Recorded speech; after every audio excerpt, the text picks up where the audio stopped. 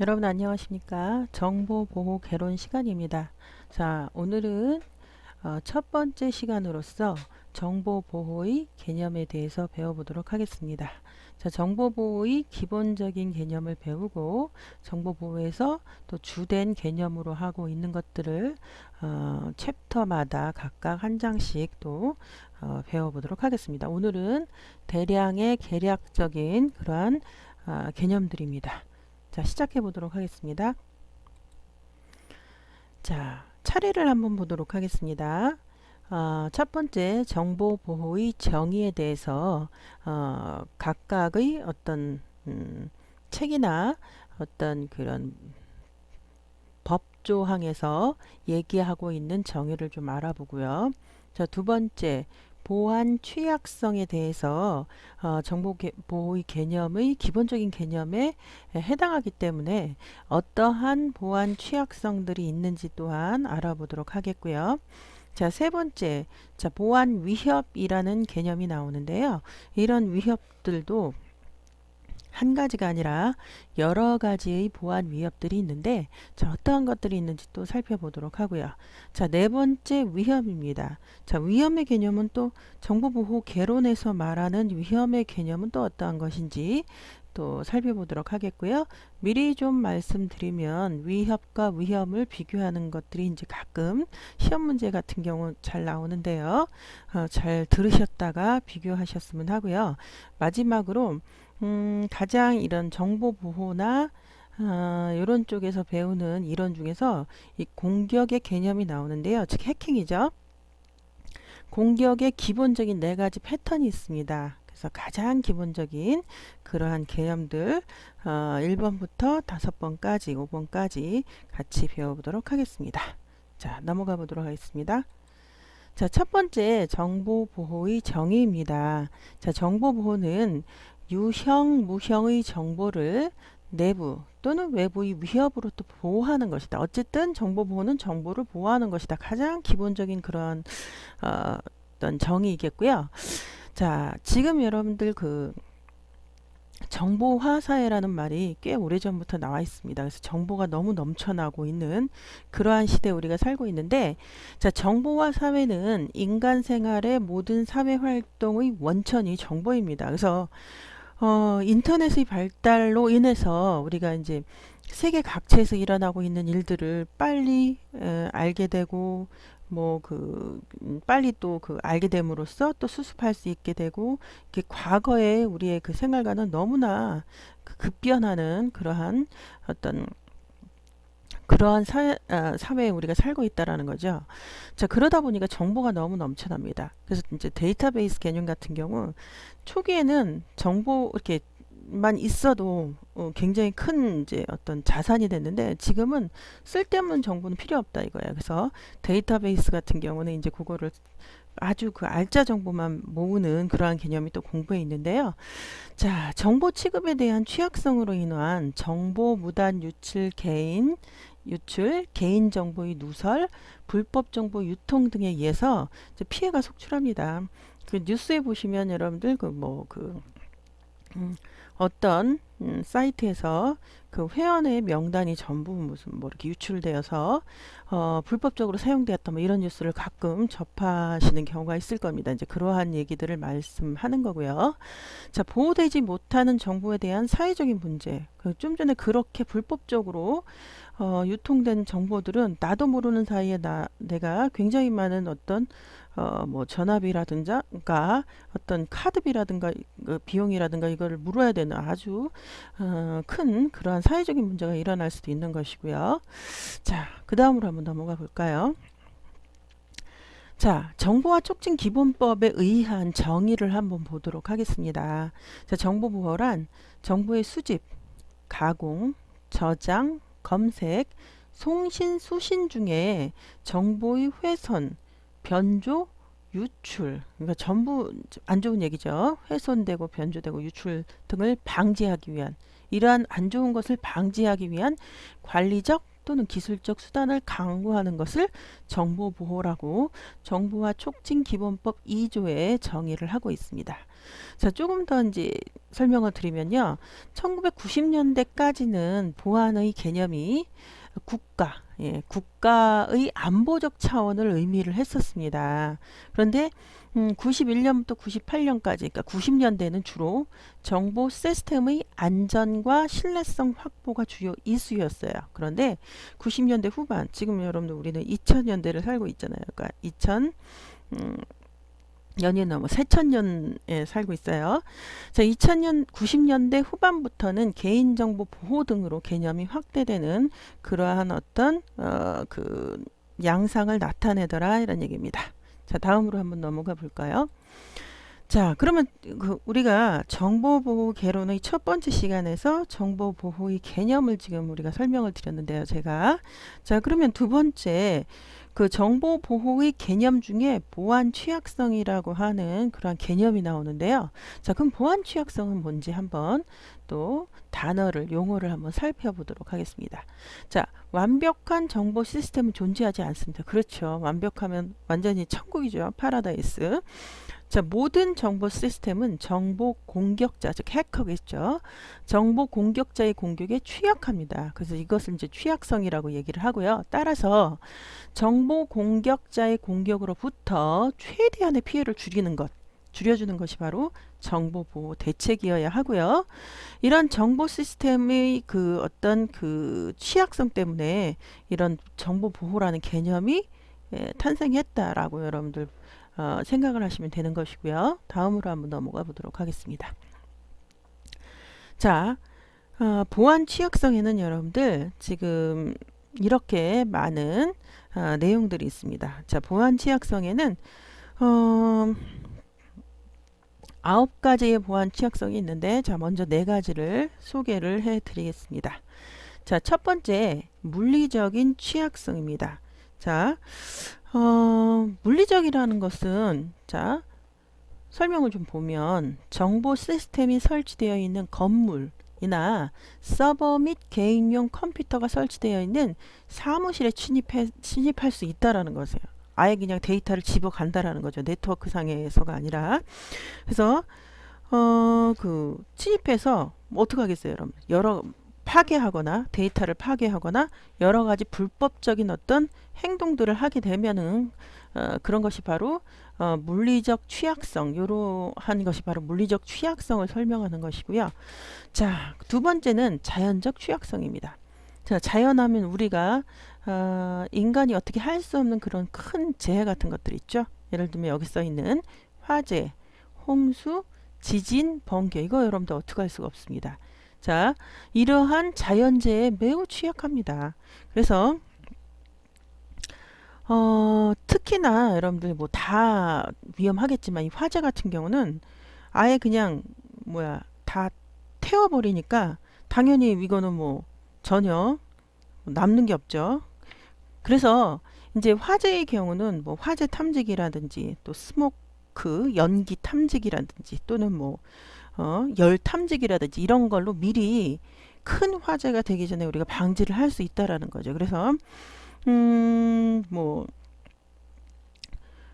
경보가 울리게 되면 뭐 물 분사기라든지 물 파이프라든지 또는 뭐 여러 가지 어떤 그런 그 방지할 화재를 초기에 진압할 수 있는 그런 어떤 시스템들을 작동시키게 해서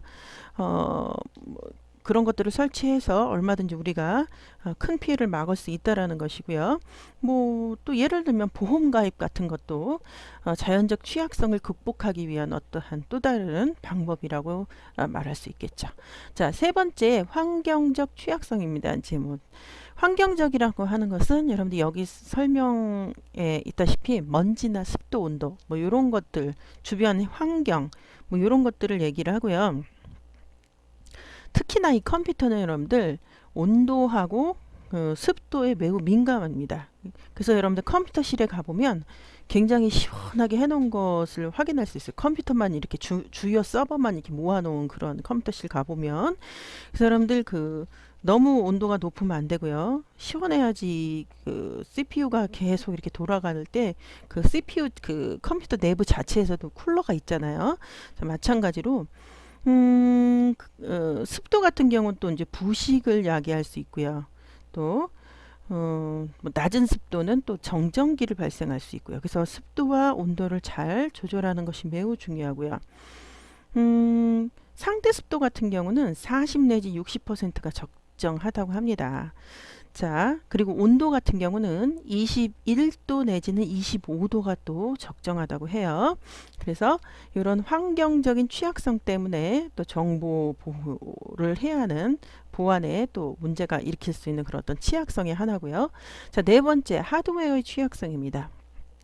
자, 내용을 좀 보면 하드웨어의 오류, 오동작이 전체 컴퓨터 시스템 보안에 손상을 입힐 수 있죠. 자, 예를 들어서 어떤 하드웨어의 오동작으로 인해서 컴퓨터가 멈췄어요. 그러면 대부분의 이제 회사들은 재난을 당한 후에 이제 alternate 사이트, 그래서 대체 사이트들을 운영을 해서 어떤 복구를 하고요. 또 하드웨어 같은 경우는 충분한 백업을 하드웨어의 어떤 재난이 일어났을 때 충분한 하드웨어 백업으로 여분의 장비를 이제 두어서 빨리 극복할 수 있는 그러한 조치도 필요하다고 보죠. 자, 다음으로 한번 넘어가 보도록 하겠습니다. 자, 다섯 번째 소프트웨어의 취약성입니다. 자, 소프트웨어 오류는 시스템을 취약하게 만들거나 불안정하게 만들 수 있다라고 이제 설명을 드렸는데요. 기본적으로 하드웨어보다는 소프트웨어가 더 빨리 변합니다. 그래서 백업을 지속적으로 해 주셔야 되고요. 특히 이제 그 시스템 분석 그쪽으로 가면 마스터 파일, 그 다음에 무슨 트랜잭션 파일 이런 그런 어떤 개념이 나오는데요.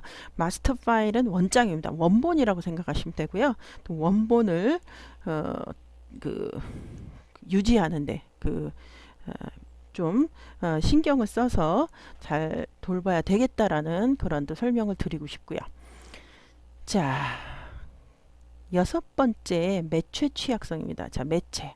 자, 매체라는 것은 여러분들 주로 이제 여기 써 있는 자기 디스크, 자기 테이프 이런 것들은 이제 보조 기억 장치를 의미합니다. 그래서 자기 디스크, 자기 테이프 등의 보조 기억 장치의 종류와 출력물 등이 손상되거나 손실을 입을 수 있기 때문에 또 그런 취약성이 생길 수 있다라는 것이고요. 자, 일곱 번째는 전자파 취약성입니다. 자, 모든 전자장치는 전자파를 방출한다고 합니다. 그래서 지금 여기에 써 있는 거 보면 컴퓨터나 네트워크상의 전자파 신호를 가로칠 수 있다. 이거 쉽게 말하면 도청입니다. 도청. 예. 그래서 도청 당하면 안 되기 때문에 이것을 발생할 때 이것을 방해하는 무슨 다른 어떤 신호를 이렇게 발생시킨다든지 어떤 유출 방지를 위한 물리적 보안이 여기서는 이제 있어줘야 되겠고요. 자, 여덟 번째 통신 취약성입니다.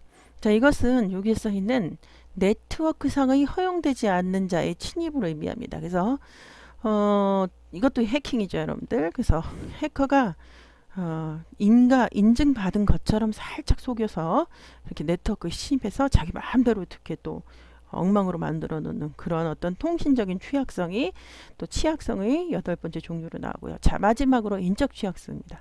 자, 지금까지는 사람과는 다 무관한 그런 취약성인데 이 인적 취약성은 뭐냐면 원래 자, 컴퓨터 시스템을 사용하거나 관리하는 자에 대한 취약성입니다. 그래서 시스템의 사용법을 잘 몰라서 원장 데이터를 다 지웠다든지 큰일 나죠.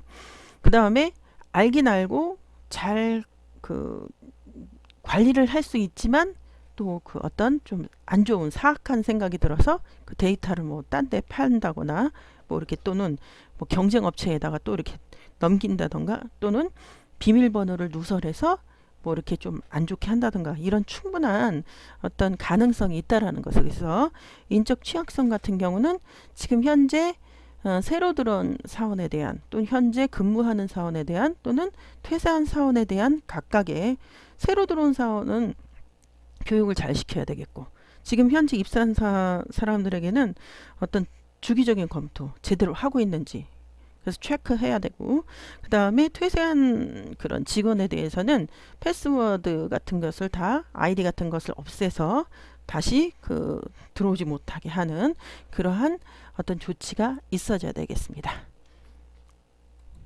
자, 세 번째의 개념입니다. 자, 여러분들 보안 위협. 자, 보안 위협은 또 어떠한 개념인지 한번 같이 보도록 하겠습니다. 자, 보안 위협은 정보 시스템에 침입하여 비정상적인 결과를 초래할 수 있는 위협들. 자, 자, 보시면 자연에 의한 위협, 아까 또 말했지만 화재, 홍수, 지진, 뭐 전력 차단 이런 것들이 대표적이고요. 자, 인간에 의한 위협은 두 가지입니다. 자, 의도적이냐, 비의도적이냐. 자, 비의도적인 위협은 실수, 몰라서, 그다음에 태만, 알지만 게을러서 그 작업을 안 해서. 이러한 비의도적인 위협이 있고요. 자, 이거는 이제 보안 의식이 부족한 거죠. 자, 의도적인 위협은 이제 바이러스를 제작 유포해서 이제 그 네트워크를 퍼뜨린다거나 또는 살짝 도청해서 뭐 나쁜 마음을 먹는다거나 불법 접근해서 또 주요 정보를 빼내서 무슨 경쟁 업체에 준다든지 뭐 이렇게 좀 판다든지 뭐 이런 식은 이런 악의적인 시스템의 장애를 유발할 수 있는 이러한 위협들이 있고요. 자, 정보 누출 위협. 자, 권한이 없는 사용자들에게 보호되어야 할 정보가 알려지게 되는 것이 정보 누출 위협이고요. 자, 무결성. 자, 여러분들이 무결성이라는 단어는 아주 쉽게 이렇게 외우시면 됩니다. 결점이 없는 성질. 결점이 없는 성질. 자, 이제 데이터베이스에서 가장 중요한 그런 개념 중에 하나인데요. 보호되어야 할 정보가 불법적으로 수정, 생성, 삭제되는 것을 의미합니다. 그런 무결성 위협. 자, 서비스 거부 위협. 자, 정보 시스템을 사용할 권한이 있는 자에게 제공되어야 할 서비스의 지연, 방해, 중지 같은 것들, 이러한 위협들이 바로 정보보호 개론에서 설명하는 위협들입니다. 자, 이제 우리가 취약성에 대해서 설명을 드렸고요. 좀 전에 바로 위협에 대해서 설명을 드렸고요. 자, 지금은 위험에 대해서 이제 설명을 드리려고 합니다. 자, 위험은 뭔지, 위협 가능한 자가, 아까 이제 위협들이 있었죠. 취약성을 활용할 수 있는 가능성. 자, 좀 말이 어렵긴 한데, 자, 위협 가능한 자가 취약성을 활용할 수 있는 가능성. 자, 위협 가능한 자가 지금 이제 해커라고 여러분들 그렇게 생각을 하시면 되고요. 위협 가능한 자가 컴퓨터 시스템, 네트워크를 부당하게 활용할 가능성. 이게 바로 위험이고요. 자, 사용자들의 고의적, 비고의적인 행동으로 인한 데이터 파괴 및 손실의 가능성들이 전부 위험을 의미합니다. 자, 따라서 이제 보안 대책은 이런 취약성을 제거하거나 취약성을 부당하게 활용할 수 있는 위험성을 주는 것이 바로 보안 대책입니다. 자, 취약성 설명드렸죠, 아까. 자, 여러 가지 취약성들이 있었고요. 자, 그 다음에 그 취약성을 줄이거나 제거하거나 그 다음에 위험성을 줄이는 것이 바로 보안 대책이라고 설명드렸고요. 또한 보안 대책은 엄격한 패스워드의 관리, 자, 보안 감시, 운영 시스템의 접근 제어 방법 또는 바이어스. 여러분들 베이직 인풋 아웃풋 시스템, 그래서 바이어스가 컴퓨터 시스템의 가장 기본적인 그런 이제 소프트웨어다 이렇게 이해를 하시면 되고요.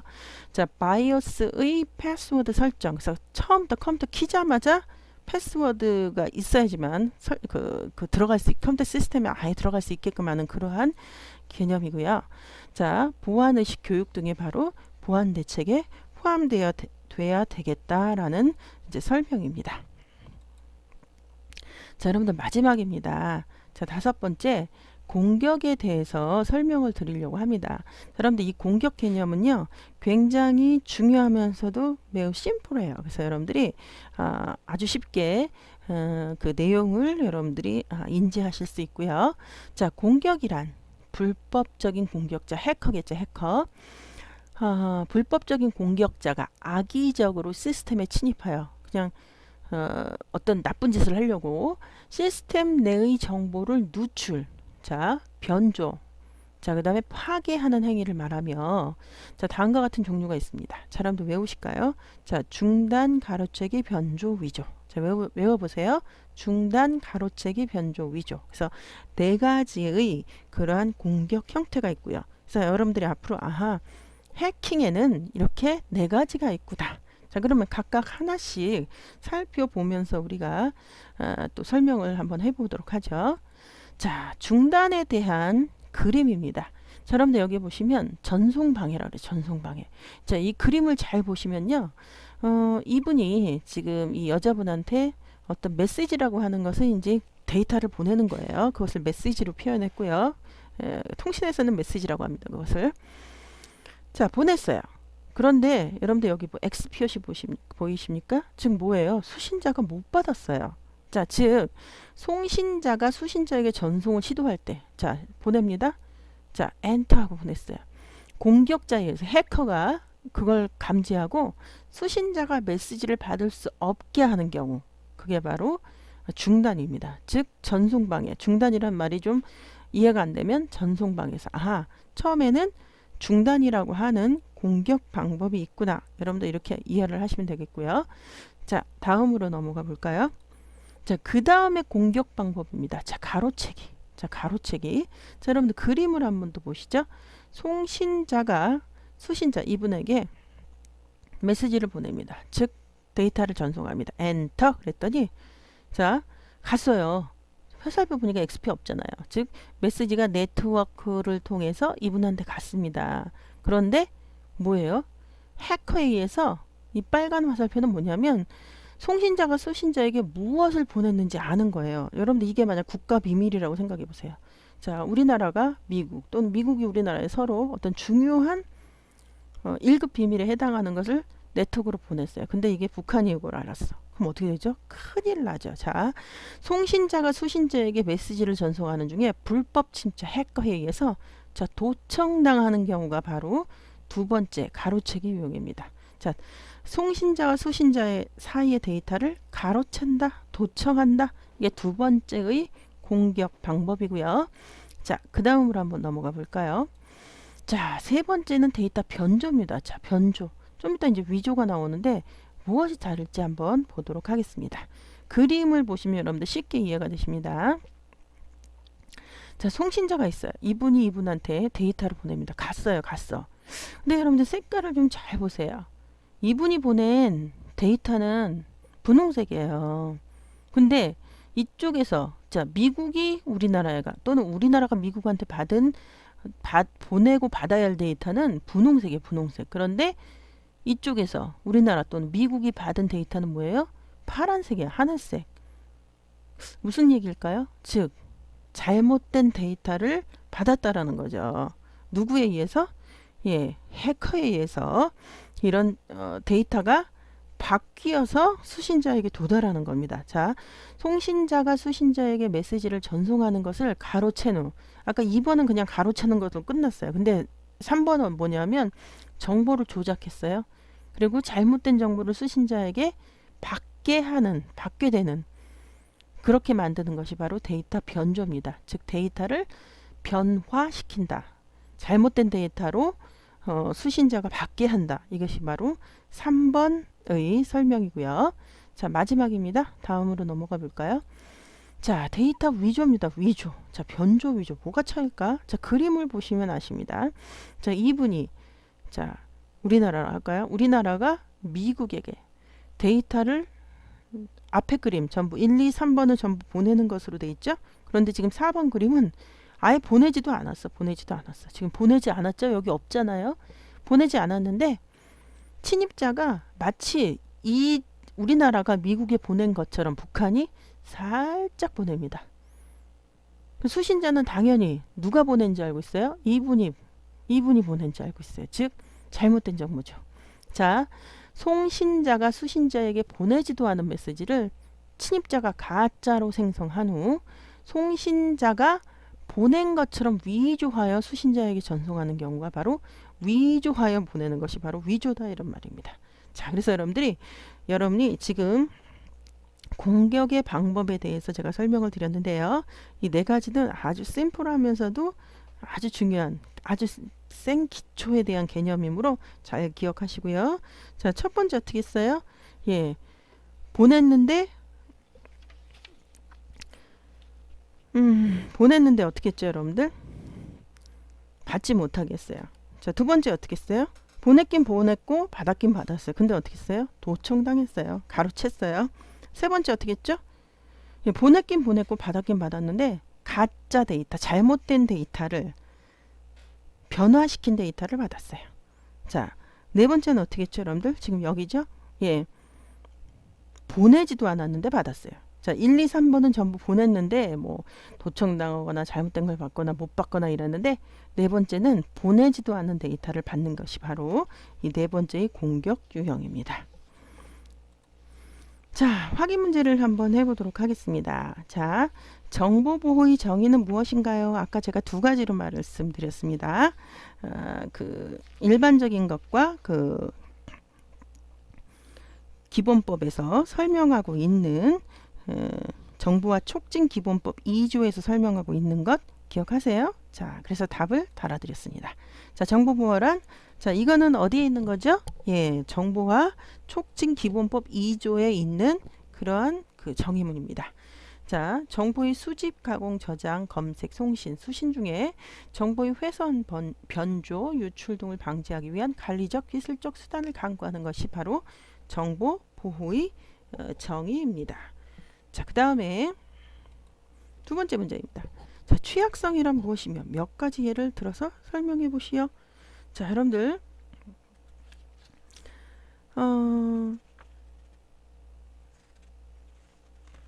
취약성은 말 그대로 이제 취약하다라는 거죠. 그래서 자, 취약성을 한번 우리가 그 생각해서 기억해내서 한번 보면요. 한번 자 볼까요? 자, 제가 아주 간단하게 취약성에 대해서 써놨는데요. 취약성은 보안 위협의 원인을 제공하는 컴퓨터 시스템 및 정보 시스템의 약점이 바로 취약성이고요. 자, 어떤 것이 있어요? 한번 기억해보죠. 자, 물리적 취약성, 그 다음에 이제 뭐 건물이나 서버 이런 사무실에 침입하는 거. 자, 두 번째 자연적 취약성. 그 뭐야? 화재, 홍수, 지진, 번개 등에 대한 어떤 그 정보의 취약성. 세 번째 뭐였죠? 환경적 취약성. 환경은 뭐예요? 먼지, 습도, 온도 이런 것. 자, 하드웨어 취약성. 자, 그 다음에 소프트웨어 취약성. 여섯 번째 매체 취약성. 보조기억 장치 등 그런 거 불안한 거. 일곱 번째 전자파 취약성. 자, 여덟 번째 통신 취약성. 자, 아홉 번째 인적 취약성의 9가지에 대해서 여러분들한테 설명을 드렸습니다. 자, 세 번째 문제입니다. 위험과 위협의 차이점. 제가 처음에 위험과 위협의 차이점을 잘 물어보니까 좀 잘 설명을 들으셨다가 기억해 놓으시라라고 제가 말씀을 드렸어요. 자, 답을 볼까요? 자, 위험은 불법적인 사용자가 취약성을 사용할 수 있는 가능성. 이게 위험이고요. 자, 위협은 컴퓨터 시스템, 정보 시스템 내의 정보에 대해 비정상적인 결과를 초래할 수 있는 가능성, 악의적 의도, 위험 요소 등을 전부 포함하는 것이 바로 위협이라고 그랬고요. 자, 이렇게 보면 위협이 좀 더 큰 개념 같죠? 자, 다음으로 넘어가 보도록 하겠습니다.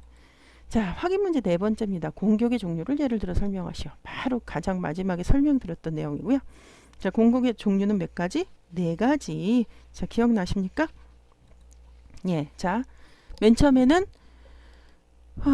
보냈긴 보냈는데 송신자가 가로채서 그러니까 그 전송을 방해해서 못 받았어요. 수신자가. 이게 중단이고요. 자, 두 번째는 가로챘어요. 받긴 받았는데 송신자와 수신자의 사이의 메시지를 훔쳐서 들었어요. 다 도청하는 것을 의미하고요. 자, 세 번째는 데이터 변조. 자, 송신자가 수신자에게 보낸 메시지를 변경시켜서 A를 보냈는데 B를 받게 하는 거죠. 자, 데이터 위조는 뭐예요? 보내지도 않은 데이터를 수신자에게 보내서 마치 송신자가 보낸 것처럼 그렇게 속이는 것이 바로 데이터 위조에 대한 공격 유형입니다. 자, 요번 시간에 여러분들 요번 시간을 정리해 보고자 합니다. 자, 이번 시간에 배운 내용은 자, 정보보호의 정의에 대해서 설명을 드렸고요. 자, 두 번째 보안 취약성, 세 번째 보안 위협, 네 번째 위험, 다섯 번째 공격에 대해서 여러분들한테 설명을 드렸습니다. 자, 각각에 대해서 중요한 것들은 제가 문제를 제시하면서 풀었기 때문에 여러분들 충분히 공부가 되셨으리라 생각이 듭니다. 자, 그래서 여러분들 이번 시간에 1장을 여기서 마치겠고요. 다음 시간에 또 재미있게 정보보호 개론을 배워보도록 하겠습니다. 자, 여러분들 수고하셨고요. 다음 시간에 뵙도록 하겠습니다.